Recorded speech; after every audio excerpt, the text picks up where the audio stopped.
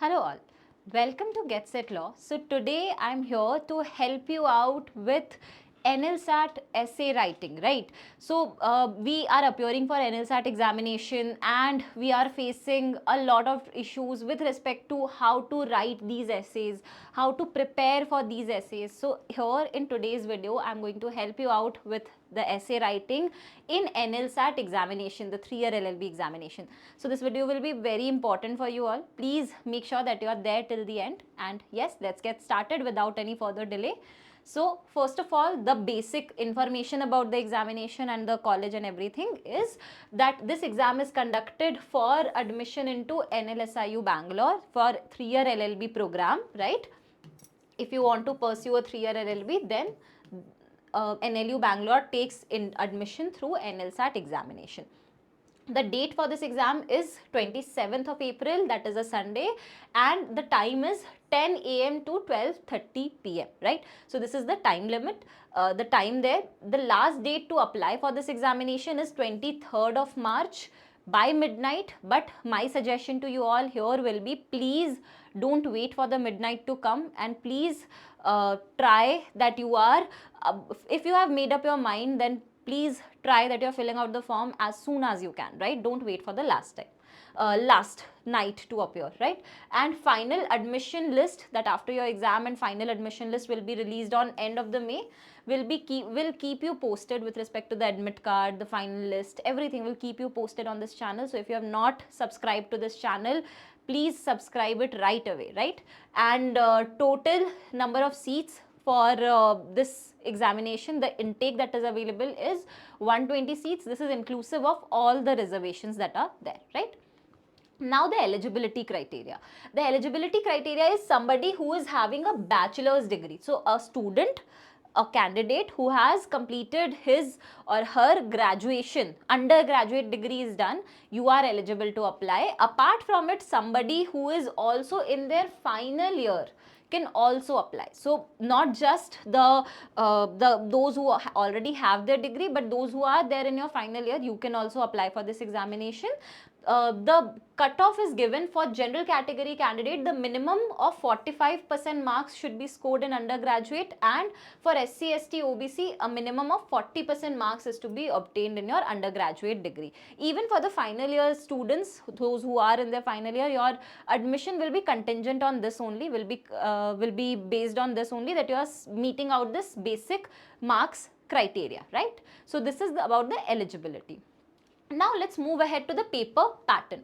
As we have seen, the total time given for you to solve the entire paper is 150 minutes. The paper consists of two parts, part A and part B. Another important thing to note here is that this is an offline paper. What does this mean, offline paper or a pen paper based paper? So you will be given a center in your admit card. You have to go to that center. There a hard copy of the question paper will be handed to you, and you have to solve it in that. It is not like you have to go and sit on a computer screen and solve. It's not like that, right? So this is another important part to note here. The paper consists of two parts, part A and part B. Part A has 75 multiple choice questions. For every correct question that you mark in part A, you will get 1 mark, and for every incorrect question or unanswered question, there will be a negative marking. So make sure that you are not leaving any question in this examination. Kyuki, why this is so important? Because when you are appearing for this examination, even though you are marking anything incorrect or leaving the answers unattempted, then also there is a negative marking, there is a penalty. So it's better to take a chance to make that dedicated fluke, right, instead of not attempting. And the paper pattern for part A will be a passage which is followed by 7 to 10 multiple choice questions coming from these areas. Reading comprehension, questions like tone, central idea, arguments, these type of questions will be there. Current affairs, current events for past 1 year will be there, and critical reasoning. This will consist of legal reasoning, like a factual situation will be given, and on the basis of principle discussed, you have to answer this. And there will be a argument based question, assumptions, fallacies, these type of questions will be there. I have already made a detailed video on part A and how to prepare about for this examination. Already a video is there in the playlist. Please check out the video if you are appearing for this exam. Now coming to the part B, that is the main highlight of today's session, which is why we all are here, right? To understand that, okay, fine, 75 marks, I'm still able to understand that this is the MCQ part, I have to read, I have to mark, right? But what about the next part, the other part, right? So here what you have to do is, you will get questions again on the basis of the sample paper released. There is a sample paper released by Nlsat, the NLU Odisha examination, on the website. There, on the basis of that sample paper, the pattern is slightly changed. Earlier, you used to get 6 legal reasoning or aptitude type of questions for 10 marks, but now, as per the recent this year's sample paper, they have reduced it to 5 legal aptitude questions, which is of 12 marks. So you will not get 6 questions, you will get 5 questions with an increased marks. So number of questions that you have to write your answers for is also reduced, right? And this legal aptitude question, it will be a legal reasoning or an aptitude question for which you will get, you have to write the answer in 200 to 250 words. Next, here you will get one analytical ability question of 15 marks, the general debatable topic for 500 words. So this is the basic pattern. Let's dive deeper. Let's try to understand that, okay, what we have to do, how we have to prepare everything, right? So let's move ahead. First of all, let's talk about the legal aptitude or the reasoning question, the 5 questions that you will get here, right? So you have 150 minutes to solve the entire paper, for which you have to keep approximately 75 minutes for part A. 75 minutes will be kept for this particular part, the writing part. Here you have to divide it in 5 questions and then 1 question. So you have approximately 75 minutes.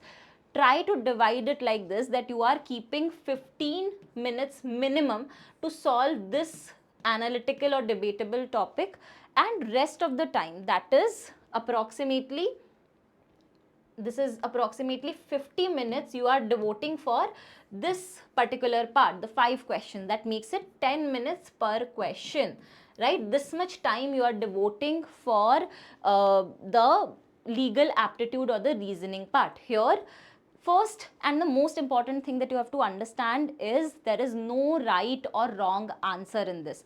There is a factual situation given to you. Some legal principles or some concepts will be mentioned in that facts itself. You don't have to apply any knowledge, and there is no right and wrong. You just have to pick one side. Like in a situation, to give you an example, that Ram was hungry, so Ram decided to steal a loaf of bread, and he did that to satisfy his hunger, because nobody was giving him work and he was not having any money. Now you have to decide that whether Ram committed theft or not, right? So in this situation, you have to pick a side, that okay, by law, if I go by this principle of taking things outside possession, then Ram has committed theft, and accordingly, right? So what you have to do is, you have to take one side, that I start with Ram committed theft, and you have to justify that in the next 200 and 250 words. Or you have to pick up a side that, okay, Ram did not commit theft. In this case, these are my reasons, these are my arguments for that, right? So there's no right or wrong answer. You just have to pick one side and justify why you feel so, why your answer is that. Please don't write it like this, that I feel that Ram is not right in this situation, or Ram is right in this situation. This will lose out your marks. You will lose out on your marks. You have to write some logical arguments, the supporting arguments taking from the facts itself, right? So write your supporting points, take information or stick to the information that is given strictly in your passage itself. Do not apply any outside knowledge, that as per this law, as per that law, as per this section, you're not supposed to apply these type of knowledge here. Anything and everything that is given in your principle, that is given in your fact, is sufficient for you. No legal knowledge is required, and try to write it in points that these are my supporting arguments for the side that I have picked, right? And please stick to the word limit here. If 200 to 250 words are there, try to write approximately 200 words answer. This is very important for you all. So please stick to the word limit. Okay. This is about the legal aptitude part. Next, moving ahead to the analytical ability. So this will be generally a debatable topic in which you have to analyze the topic and write the answer. So it is going to be a debatable topic that is in news. Should we incorporate one nation one election policy? Should we sign the refugee convention? Some debatable topic that is going on right now, right? So that is there. Again, start with the basic introduction, focus on the key words that are there in the question itself, focus on introducing those keywords, giving some information about those keywords, and introducing the topic, why we are discussing, what we are going to do. Then move to the next and the important part, where you have to describe. Since it is an analytical topic, you have to mention pros and cons. It should not be again your feeling, but it should be taken from your readings. So I have read books, okay, I have read about the refugee convention, I have read about one nation one election. These are the supporting arguments that I have read, these are the negating arguments that I have read. If you can cite any source to back up your argument, great, amazing. Please make sure that you are citing those sources, like reports, indexes, anything that you have come across that you can recall. Cite those sources. Lastly, conclude your answer with a brief opinion of yours, suggestion of yours, anything that is your personalized touch. So till second paragraph, you are just highlighting, describing the things that were there, right? Now last paragraph is where you give your opinion, right? So that is something which is important, and conclude it. Please stick to the word limit. 500 word limits are there, so word limit is there. So make sure that you're writing minimum 450 word limit words essay here, right? So please don't write 200, 300, don't conclude it in 200, 300 words. So that is with respect to the second type of essay. Now, few things that you have to keep in mind while you are preparing for this essay. Few things that is very much important is, please be updated with the recent debatable topic at national and international level. That is very much important. Technology, one nation, one election, war, nuclear attacks, these things are very important going on as of now. Sports and everything is very important. Please be updated, be well versed with this topic, the recent news going on. That will give you the sources for your argument, for the basics, right? The analytical part. Revise.